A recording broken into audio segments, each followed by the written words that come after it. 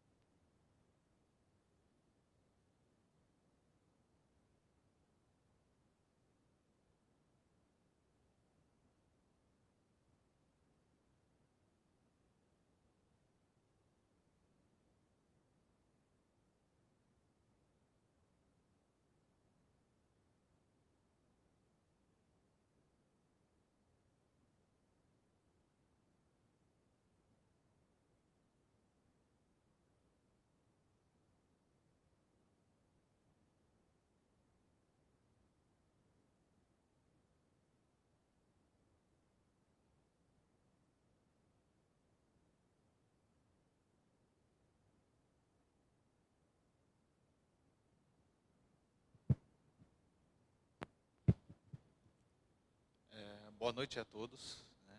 Gostaria aqui de agradecer a presença de todos nessa noite para essa última reunião, né? A audiência pública final, a apresentação aí da revisão, de todo o processo da revisão do plano diretor participativo, né? Gostaria de agradecer ao prefeito Alexandre, ao vice Emerson, ao secretário de planejamento Marcelo, e por todo o apoio para a gente, qual permitiu desenvolver todo esse processo, né? A equipe do planejamento, a comissão técnica e os 37 membros aí do núcleo gestor.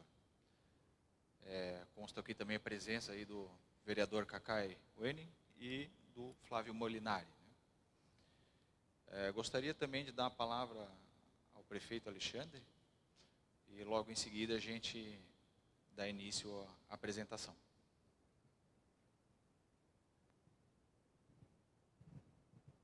Boa noite a todos. Uma satisfação a gente poder chegar nessa fase, né?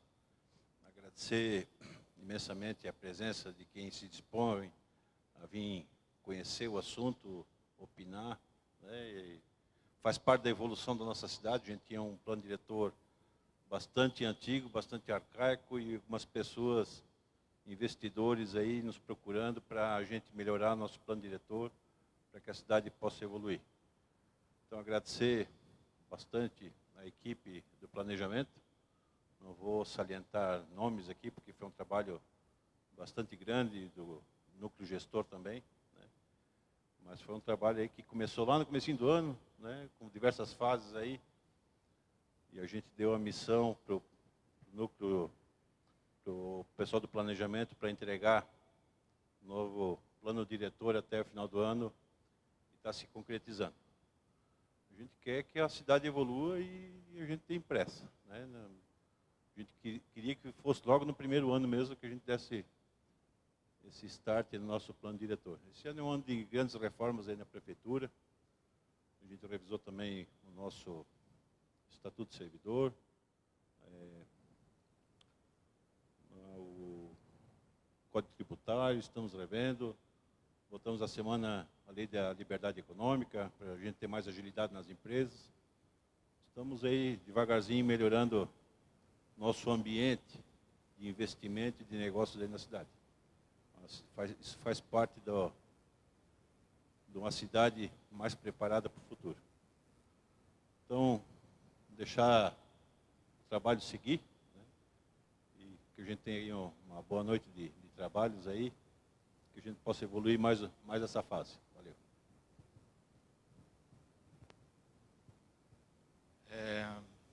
Não deixando de agradecer também a educadora, né, por fazer essa transmissão.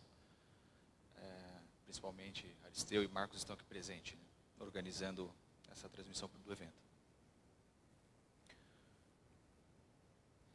Então, o nosso plano diretor, né, a cidade de Itaió, ela tem um plano diretor que veio desde 2009, é a última atualização. Então, agora viemos, 2021, trazer essa revisão, né? O plano diretor, conforme o Estatuto das Cidades, ele tem que ser revisado a cada 10 anos. Então, viemos esse ano aqui trazer para vocês esse novo estudo, né, da revisão. Então, ele foi baseado, como eu falei, no Estatuto das Cidades, nas resoluções dos conselhos das cidades. Foi por meio de decreto instituiu essa revisão no início do ano, né, em janeiro. E também em janeiro foi instituída essa comissão técnica de planejamento urbano. E por último foi feita a instituição do núcleo regestor, o qual tem hoje 37 membros de várias entidades, né? Então eles representam a sociedade ali para tomar algumas decisões e deliberar sobre alguns assuntos da revisão do plano diretor, né? Então fica a pergunta, né? O que é o plano diretor, né? Para que serve, né? Então, para quem vai construir um empreendimento, uma edificação, ele se pergunta: o que eu posso construir aqui? Uma casa, um comércio, uma indústria? Quais os afastamentos? Quais são as regras, né, que ordenam a construção na cidade?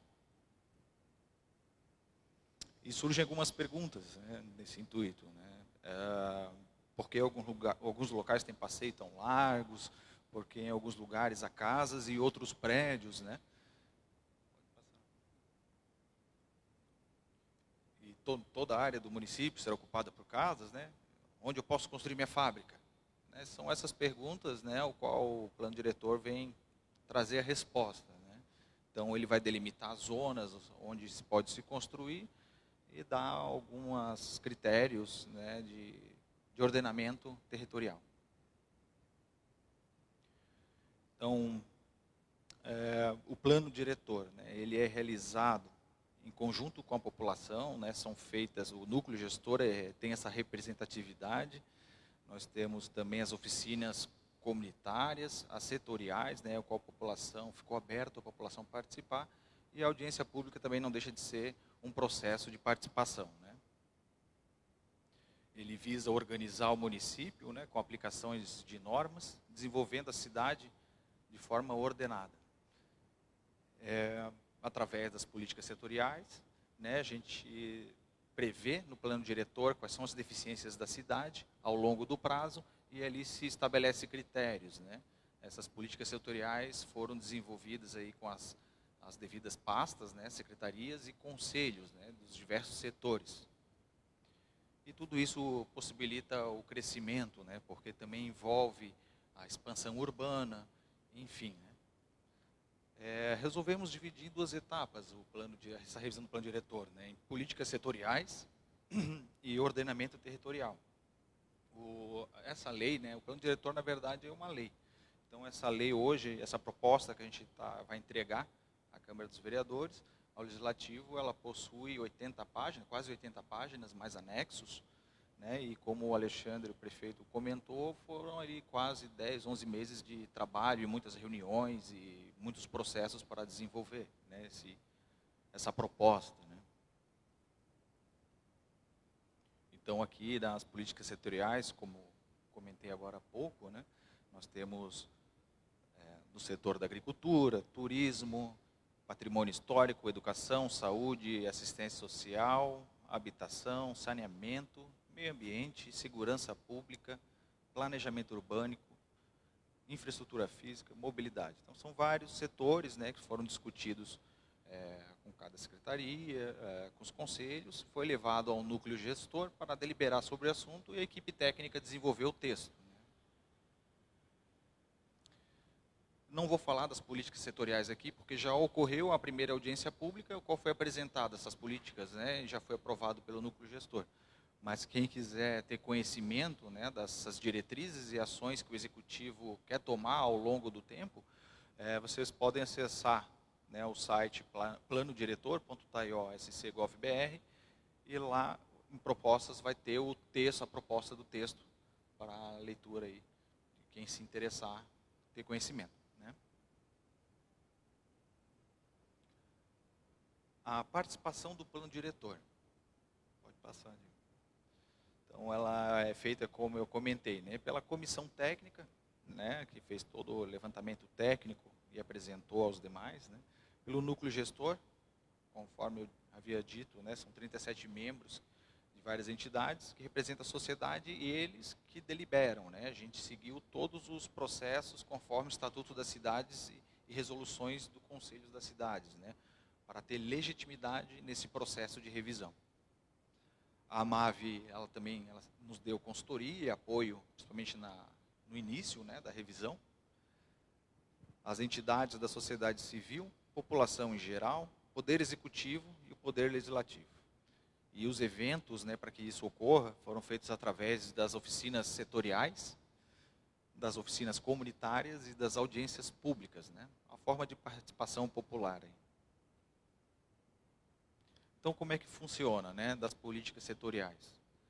A comissão, junto com as secretarias e conselhos, formulam as propostas, né, elas são aprovadas pelo núcleo gestor e, em seguida, apresentada em audiência pública, já realizada. Né. E a segunda parte, que é do ordenamento territorial, né, o CTPlan faz todo o levantamento de mapas, índices e propostas, né, traz para a comunidade através das oficinas setoriais, onde a comunidade teve oportunidade de expor a sua vontade. Né? Então, quando a gente fez esse estudo, várias propostas acrescentaram ao texto. Né? Muitas propostas ali de quem participou dessa oficina foi acrescentada ao texto e, por consequência, aprovada em núcleo gestor também. Né?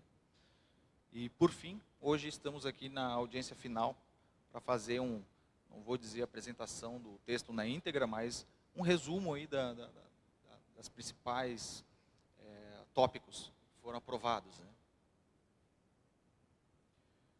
Então, foi desenvolvida uma logomarca, né, para dar publicidade ao plano diretor. Foi apresentado um banner, esse banner também foi colocado em alguns outdoors aí na cidade, se não me engano foi em 4 outdoors.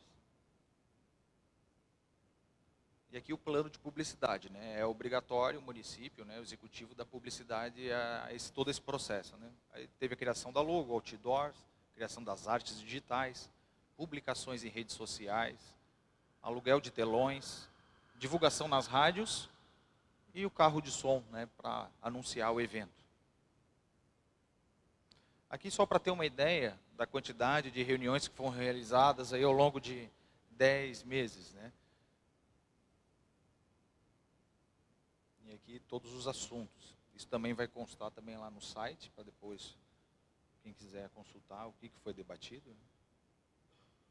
E aqui nós temos a reta final, né? Onde no dia 3/11 houve a reunião final com o núcleo gestor, o qual aprovou o texto legal ali, a proposta, né, que será enviada. Dia 10, hoje, temos essa audiência pública final. No dia 11, será enviado para o Departamento de Legislação do Executivo para revisão final. E dia 19 a gente entrega finalmente ao Legislativo para discussão e votação, né, do texto. Aqui algumas fotos, né, das várias reuniões realizadas com as secretarias, da audiência pública e estudos que fizemos. Né. Agora vamos para a parte do ordenamento territorial. Né. Vou falar aqui os tópicos que iremos discutir e logo vamos abrir ali os mapas para a gente dar uma olhadinha aí o que foi desenvolvido aí ao longo de todo esse processo, né? O macrozoneamento, né? Localidades, perímetro, áreas de expansão, bairros, zonas e índices, áreas de riscos, áreas de interesse ambiental, regulamentações específicas. Né?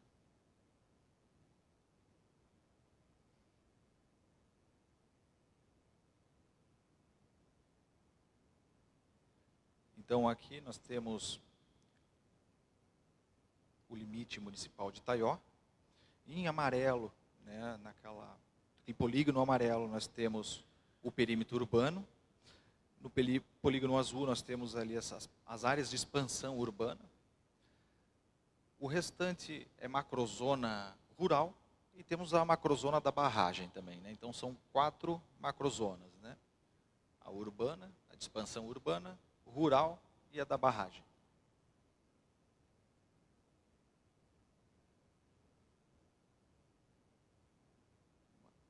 Aqui nós vamos falar agora um pouco do zoneamento. Diego, a gente consegue, de repente, aproximar mais um pouquinho aqui, porque fica, acho que meio ruim para mim enxergar. Isso. Então, a gente resolveu dividir a cidade em zonas, como eu havia dito anteriormente. Né? Aí nós temos... A cidade ela é dividida de acordo com a tipologia, né? Tem áreas mais industriais, áreas mais comerciais, áreas mais densas. Cada pedacinho ali da cidade ela tem uma característica singular, né? Então a gente dividiu a cidade conforme essas características, né? Então a gente nomeou ela por zonas, porque cada zona a gente consegue dar para ela os parâmetros, os índices urbanísticos para ordenamento territorial, para se construir. Onde é permitido o que e aonde não é permitido e quais os afastamentos que devem ser seguidos. Né? Então nós temos aqui, eu não sei se fica visível para todos, né, essa tela, mas temos aqui a zona urbana 1. Né? Ela é uma zona de predominância residencial. Então ela compreende quase todo o bairro ali da Vitor Conder. Isso. E a Padre Eduardo, conforme ali o ponteiro do mouse vai passando. E antes de falar da zona de expansão, só explicar o porquê fizemos a zona de expansão. Né? O perímetro urbano, a gente fez a proposta, né? A equipe técnica, o núcleo gestor aprovou. A gente não expandi-lo, porque ele já foi expandido várias vezes até 2017.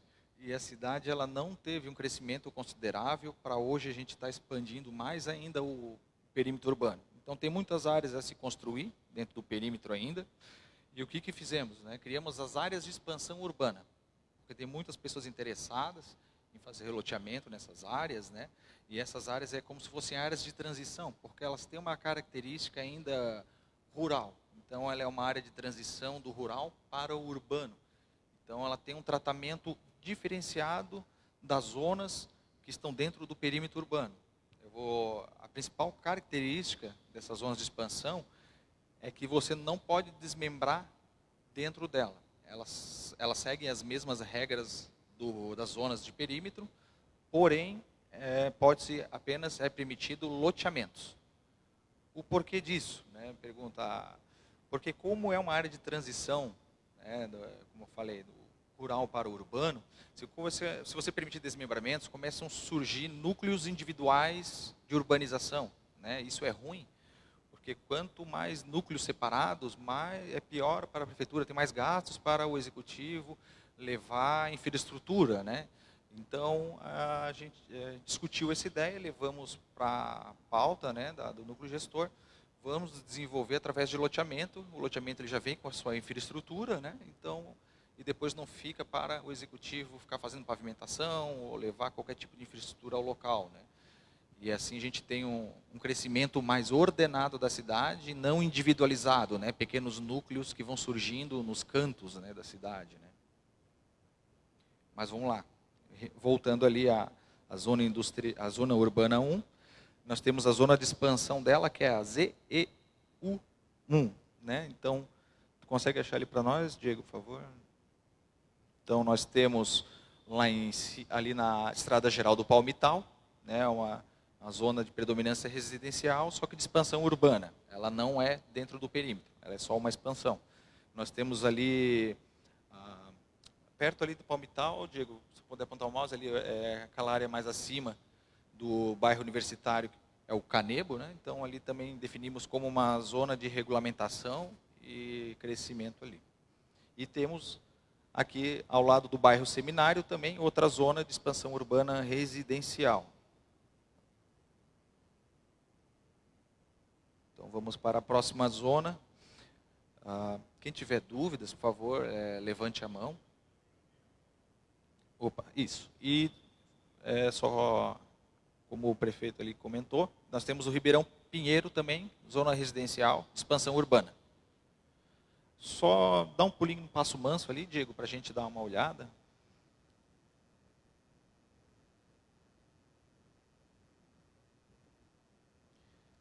Então, lá no Passo Manso, a gente também tem o perímetro urbano, ZU1.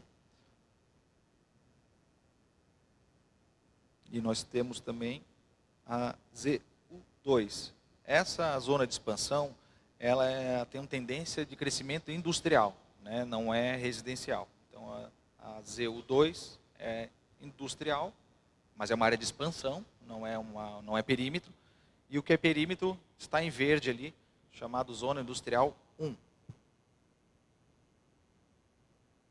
Pode voltar lá, Diego. Aí nós temos a Zona Urbana 2. A predominância dela é comercial. Então nós podemos ver ali no mapa toda a rua Vitor Conder, a Nereu Ramos. Então nessa zona, né, foi delimitado a construção de até 12 pavimentos, 4 metros de recuo frontal e afastamento lateral H sobre 12, que é a altura da edificação sobre 12, né? E mínimo de 1,50, quando tem aberturas laterais, né? Na zona, só para enfatizar ali, na zona urbana 1, então fica o número máximo de pavimentos em 8 e afastamento frontal 4. Podemos ir para a zona urbana 3. A zona urbana 3, ela tem a predominância comercial com incentivo à verticalização, né? Então nós propomos ali a edificação de até 20 pavimentos, que compreende toda a Avenida Bertoli ali, a Luísa, João Bertoli, e a Nereu Ramos.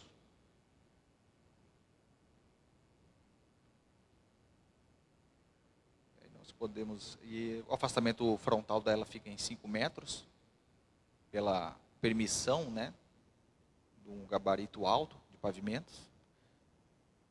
E agora nós temos a zona industrial 4, ela compreende a Coronel Federsen. Então, a Coronel Federsen tem uma diferenciação das outras ruas, que pode se construir no alinhamento da calçada, do muro. Ali foi permitido a edificação de até 12 pavimentos. Nós temos agora a Zona Urbana 5.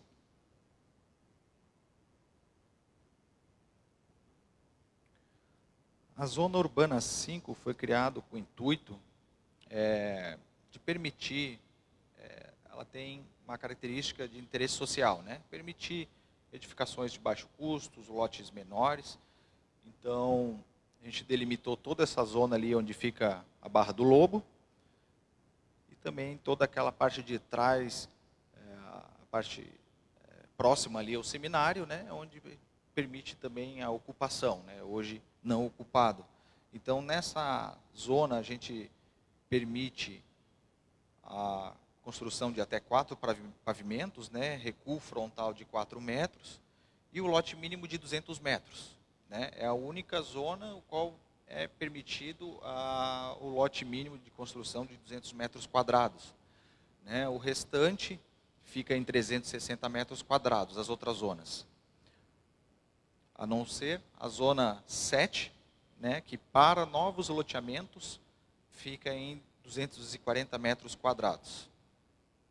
Desmembramentos e terrenos de esquina fica 360. Né?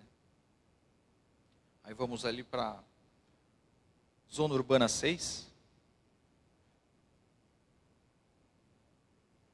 A Zona Urbana 6 ela é de uso misto e tem uma predominância mais industrial. Né? Então, permitido a construção de edificação de até 12 pavimentos, com um recuo frontal de 4 metros. E por fim, a Zona 7. Né?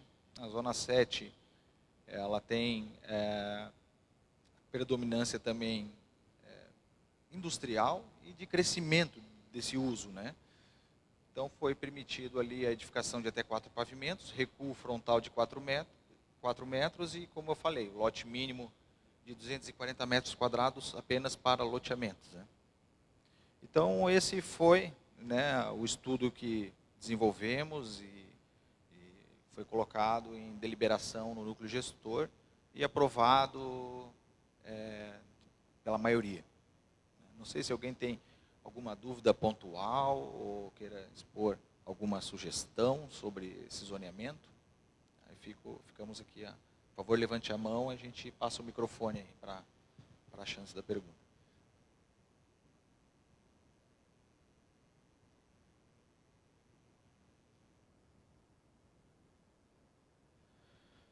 Agora vamos falar um pouquinho dos bairros. Né? A gente fez alguns ajustes nos bairros e criação de 2 novos. Né?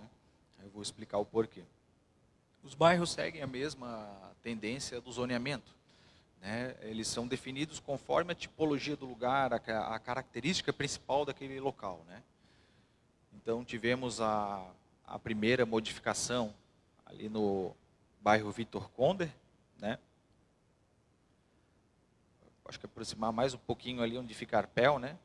Então ali onde é a indústria, né, Arpel, de telhas, a gente resolveu propor, né, que esse bairro ele pertencesse ao universitário,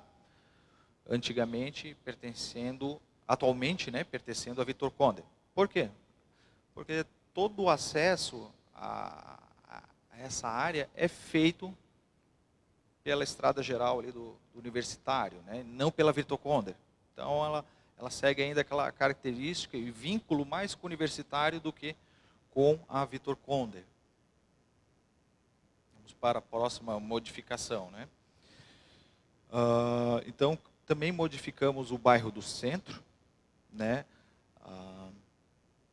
Acho que aproxima um pouco mais para a gente ter a ideia ali da alteração. Tem como aproximar mais? Não, né? Então a gente fez uma pequena modificação ali onde ficam os bombeiros, né? Antigamente denominada Padre Eduardo e agora pertencente ao centro. Né? Pelo desenvolvimento daquele local, ele já tem mais características de centro do que do bairro Padre Eduardo, que tem uma característica mais residencial. Né? Vamos para a Barra do Lobo. Né? Então, o grupo, juntamente com o núcleo gestor e oficinas, né, todo mundo foi apresentado, toda essa questão de bairros, e a gente apresentou a criação do bairro Barra do Lobo, né, em nome ali aquela região do Barra do Lobo. Definimos esse bairro, né, como uma característica singular, onde fica um bairro que se possa não criar lotes, né, digamos, lotes mais acessíveis, né, edificações com custo mais acessível. Né. Então, criamos pela característica desse local, né, excluímos, antigamente era Padre Eduardo, excluímos e criamos o bairro Barra do Lobo, que foi aprovado pela maioria. E por fim, né, seguindo a criação do último bairro, que é o bairro São João, né, antigamente também denominado como Padre Eduardo. por que foi feita essa separação, né? A partir ali do portal, né, do município, já segue uma característica diferente, né? Uma característica mais industrial, de crescimento industrial e não tão misto, né? E antes disso, há uma tendência industrial, mas ainda é misto, bastante misto. Mas dali para frente ela segue uma outra característica, né? E a Padre Eduardo, ela tem uma característica mais dela, mais residencial e não tão industrial. Então a gente fez essa separação e a gente vem trazer agora para conhecimento de todos em audiência pública final, né?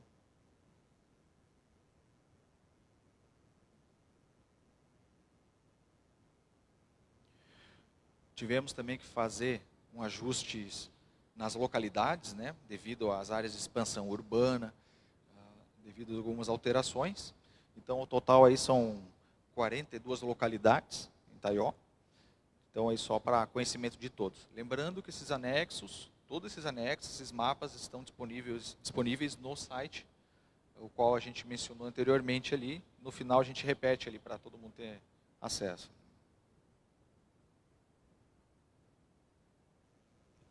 Aqui só, esse mapa também vai para os anexos lá. A gente fez um levantamento, né, das áreas de risco, né, as áreas de deslizamento, de inundação, de toda a cidade. Então a gente apresenta também esse mapa para a população, para quem, né, tiver interesse, vou comprar um lote ou construir, já sabe que aquela área é uma área de inundação, alta, baixa, média, ou uma área de risco de deslizamento, né? Então a gente também tem o apoio aí da Defesa Civil, que também nos passa bastante informação para a gente desenvolver esses trabalhos aí.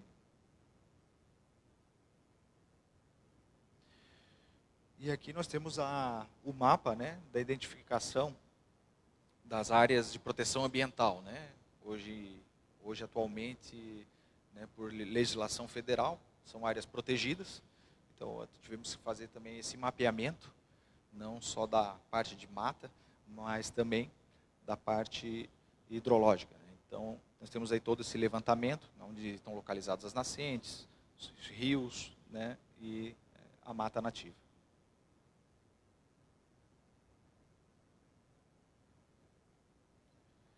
Então, como eu havia comentado anteriormente, né, juntamente com esses mapas, né, das zonas, a gente vai publicar essa tabela, né, o anexo 6, tabela de índices urbanísticos e usos.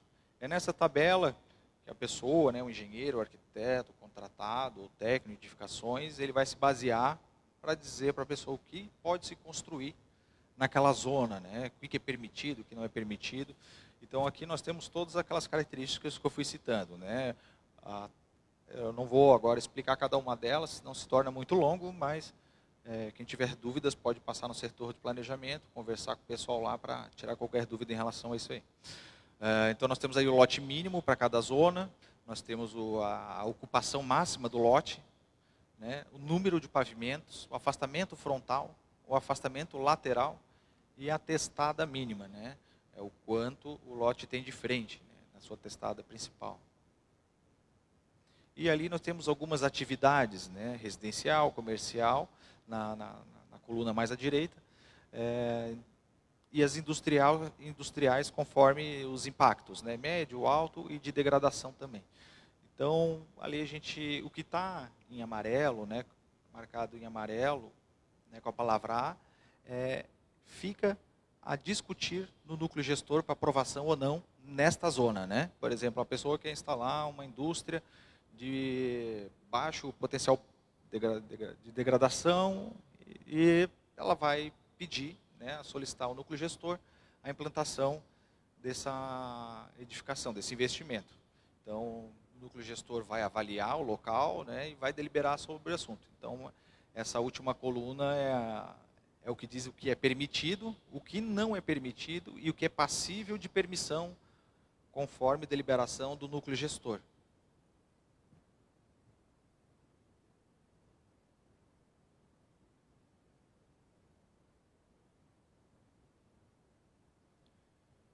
Seguimos em frente aqui com a apresentação. Após a apresentação dos índices, né, e zonas propostos e aprovados,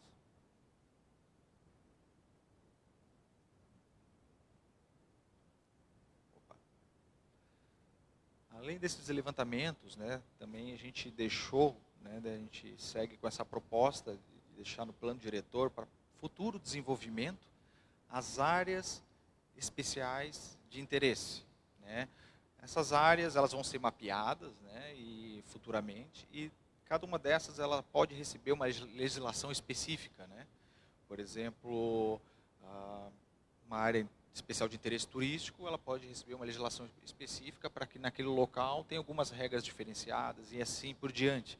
Então, cada uma delas, né, a área de risco também é uma área de interesse especial, por ser uma área proibitiva, né? Então, a gente deixou no texto todas essas áreas, né, classificação de áreas para futuro desenvolvimento, mapeamento e criação de normas e legislação específicas para essas áreas, né, para desenvolvê-las também, né.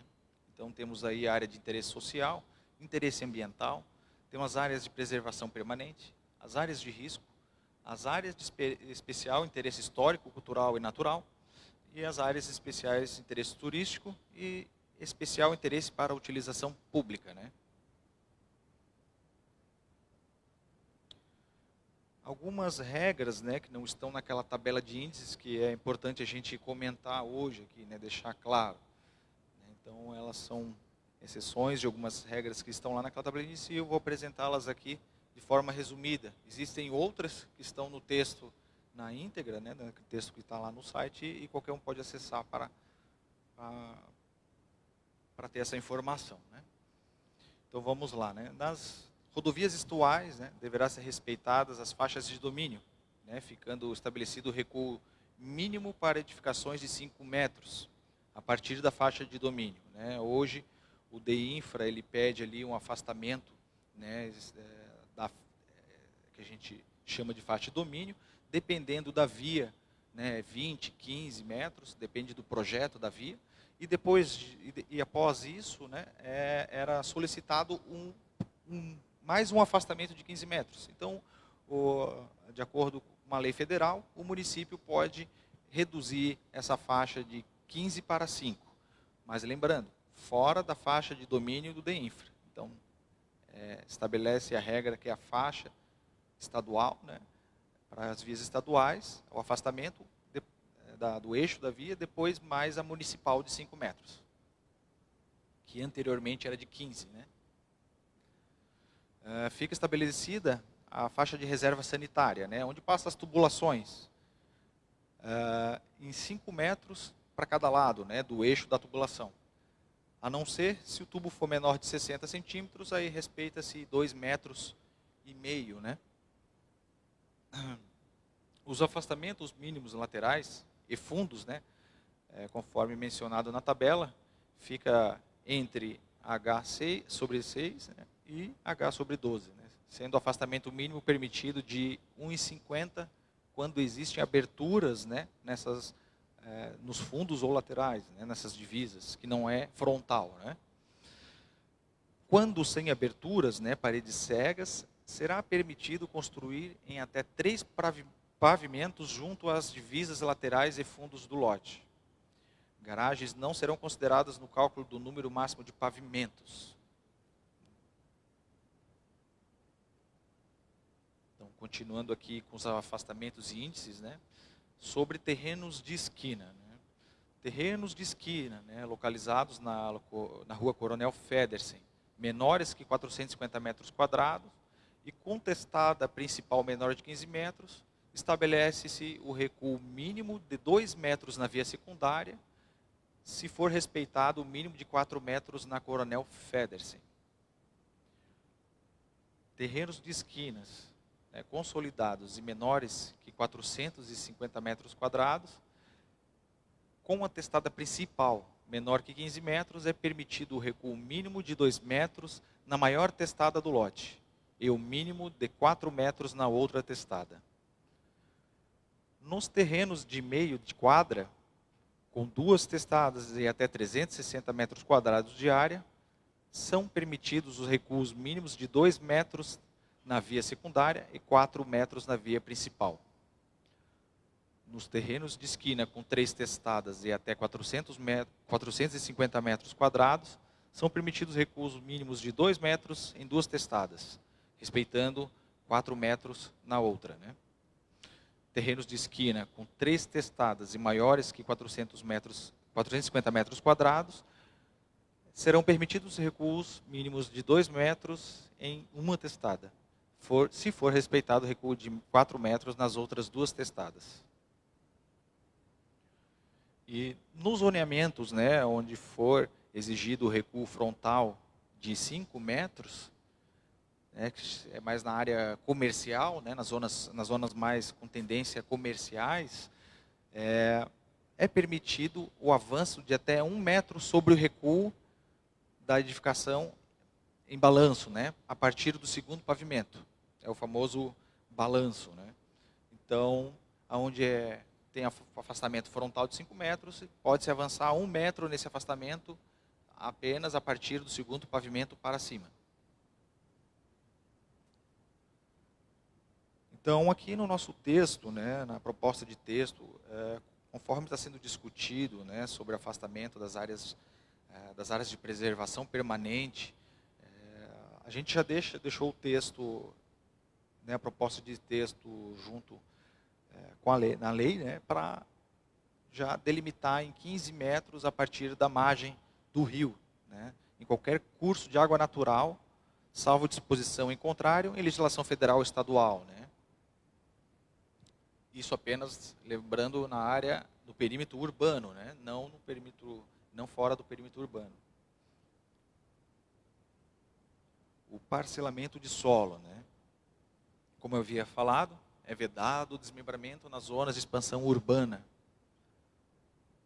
Para novos parcelamentos de solo, às margens das rodovias, onde se situam na zona industrial, zona urbana 6 industrial e zona urbana 7, que é mista, mas também de predominância industrial, os lotes deverão ter testada mínima de 20 metros. Para desdobros requeridos ao município, fica estabelecido o tamanho mínimo de lote de 240 metros quadrados e 360 metros quadrados para esquinas, devendo ser observadas as demais regras previstas em lei. Agora, sobre aterro, né? As regras específicas sobre aterro, né, constará no novo Código de Obras que está em desenvolvimento ali pelo setor, pela Secretaria de Planejamento da Prefeitura, né? Mas aqui a gente já delimita, né, algumas regras gerais para o aterro, né? Então, em áreas sujeitas, né, a alagamento, fica estabelecido a cota máxima de aterro de 30 centímetros a partir do nível da rua, para vias pavimentadas. E para não pavimentadas, 70 centímetros a partir do nível da rua. É vedado o aterro numa faixa de 30 metros da margem dos rios Taió e Itajaí Oeste, em áreas de APP, né? Áreas de preservação permanente.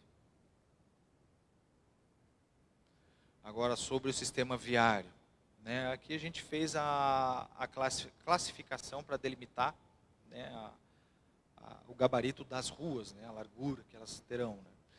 A gente está desenvolvendo, vai ser desenvolvido ainda pelo setor, né, um estudo sobre toda a malha viária do município, o qual a gente vai constar essa classificação nessa malha viária. Mas aqui a gente já classifica, já deixa no texto pronto essa classificação e a delimitação de distância, de largura, gabarito dessas vias, né? Então temos a via arterial, né, na área rural 15 metros, mínimo, na área urbana 20 metros. A via coletora, na área rural 12 metros, na área urbana 16 metros. E via local, né, na área rural mínimo 8 metros, urbana 12 metros. Passeios, mínimo em todas as zonas de 2 metros, né, para os novos. Ciclovia ou ciclofaixa, né, ela será definida conforme a aprovação de projeto pelo setor de planejamento. Porque às vezes nós temos uma via muito curta e nós não podemos delimitar 3 metros de ciclofaixa, né? Aí tem que fazer um estudo para reduzir se é de interesse, né, do loteador, colocar uma ciclofaixa ou ciclovia. Então esse estudo é feito na apresentação do projeto para delimitar o mínimo para esse modal, né, de transporte. Loteamentos com mais de 30 lotes deverão contar com uma via principal com no mínimo 14 metros de largura. Loteamento com mais de 50 lotes deverá constar com uma via principal de 16 metros de largura. Aqui, resumidamente, né, colocamos aqui nessa apresentação sobre as vagas de estacionamento. Alterou um pouquinho, né? Antigamente era feita principalmente na área residencial, era feito por metro quadrado, e a gente traz a proposta do uso, né, da vaga, né, da obrigatoriedade da vaga na edificação.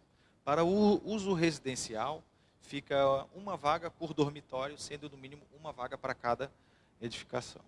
O uso comercial, varejista em geral, ou prestação de serviços, uma vaga de automóvel para cada 100 metros quadrados de área construída, sendo no mínimo 2 vagas. Né?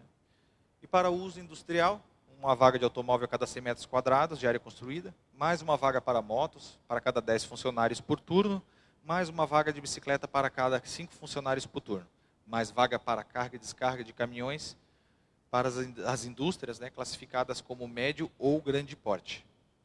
Demais usos específicos, né, estão na proposta de lei, onde vocês podem acessar pelo site. Então, novamente, né, colocamos aqui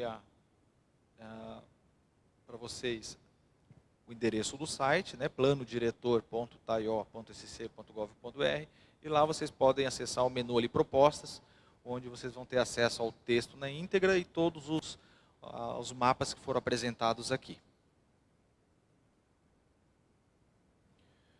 Então chegamos aí ao final dessa apresentação, né? O intuito dessa reunião é dar a divulgação, né, em audiência pública, tirar quaisquer dúvidas que qualquer um tenha, ou também a gente faz o registro de qualquer sugestão que alguém tenha a fazer em relação a tudo que foi apresentado ou que consta no texto, na proposta de texto. Aí eu abro agora a palavra para quem tiver alguma pergunta ou alguma sugestão. Opa, qual o seu nome? Desculpa. Sarkis? O Daniel, pode levar o microfone para ele. A equipe técnica também está aqui para responder quaisquer dúvida, né, que tem aqui. Boa noite. Boa noite. É sobre o afastamento ali dos recuos na Coronel Feders. Tá. Até quando nós se reunimos para discutir isso, foi comentado sobre esse recuo. O antigo plano diretor, ele fala que nos terrenos de esquinas, localizados na rua Coronel Federsen, consolidados e menores que 450 metros, será permitido construir com recuo mínimo de 2 metros na via secundária. Se for respeitado o mínimo de 4 metros na via principal. Se puderem colocar o texto ali disso, porque o texto não muda nada. Vocês só acrescentaram 15 metros de testada, sim, mas lembra que eu apresentei especificamente o terreno que eu tenho propriedade. Ah, sim. Só que o meu terreno ele é maior que 450 metros. E com esse texto, não muda nada do texto antigo que já estava escrito. Porque continua os 405 menores que 450 metros. Não, ali, né, naquele caso, né, que foi apresentado e foi aprovado, né, você levou para a oficina comunitária o seu desejo, né? Então foi avaliado pela comissão técnica, foi apresentado ao núcleo gestor e teve aprovação da sua proposta. Então, eu acho que de repente ali a gente só não mostrar fez... o texto, porque ficou confuso. Pode ser, então podemos de repente reorganizar esse texto, né? Então vai ser registrada a sua sugestão ali, reorganizar esse texto e foi atendida a sua solicitação. Não, sim, é que no texto dá a entender que só para terrenos menores que 450 metros, entende? Vamos lá. Vamos ler aqui o texto na íntegra, né? Nos terrenos de esquina localizados na rua Coronel Ferders, consolidados em menores que 450 metros quadrados, ou nos de qualquer tamanho com a testada principal menor que 15 metros, composta do somatório da largura frontal e o raio de curvatura da esquina, é permitido o recuo mínimo de 2 metros na via secundária, se for respeitado o mínimo de 4 metros na Coronel Federer.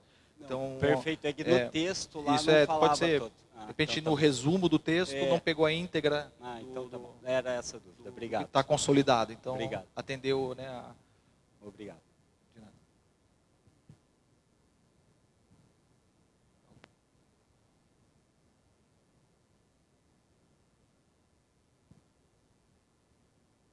Não precisa para sair na gravação, Joyce? A situação ali do 15 metros de testada, menor que 15 metros, diversos imóveis com testada até 15 metros, eles são mais beneficiados na área de construção construtiva do que terrenos que às vezes têm 17 metros de testada. Por quê? Porque o terreno antigo, ele não, vamos dizer, tem terreno que é de cunha, que é a sobra da esquina, vamos dizer, né? Então, eu acho injusto um terreno que se beneficia mais na área construtiva, ainda ter mais um benefício do que o outro que já está perdendo. Ainda assim, o outro que já tem mais poder construtivo, ainda vai ser mais beneficiado. Isso vocês só vão ver referente ao desenho, o jeito do desenho do imóvel. Isso, vamos dizer, vai ter N casos, não digo só o meu, Sim. vai ter outros também, entendeu? Só que eu acho injusto, não só por causa do meu terreno, eu acho de outros também, porque eles vão perder 4 metros na via lateral e 4 metros na via frontal. Eu também acho injusto o fato que até 2017 podia ter o avanço, a construção no balanço em avanço, né, de 1,5 metro, que pode, nas outras regiões aí, pode fazer isso. Então, até 2017 podia, agora não pode mais. Eu também acho isso, até na última sessão que teve até um impasse, quase um empate. Mas isso eu acho que deveria ir para os vereadores, para eles ter uma análise melhor. Tanto dessa testada, como do fato do avanço no recuo do balanço. Então tá, já isso, a gente vai registrar a sua sugestão, sua solicitação. Lembrando a todos que todas as sugestões aqui ou dúvidas serão registradas em ata, né? E entregue juntamente com o texto legal à Câmara de Vereadores. Então vai o texto legal, vai a ata dessa reunião, com tudo que foi discutido, ou esclarecido, ou, né, sugestionado. Então, fica registrado. Alguém tem mais uma dúvida ou sugestão a fazer, ou não entendeu algum tópico ali, a gente pode voltar e explicar novamente.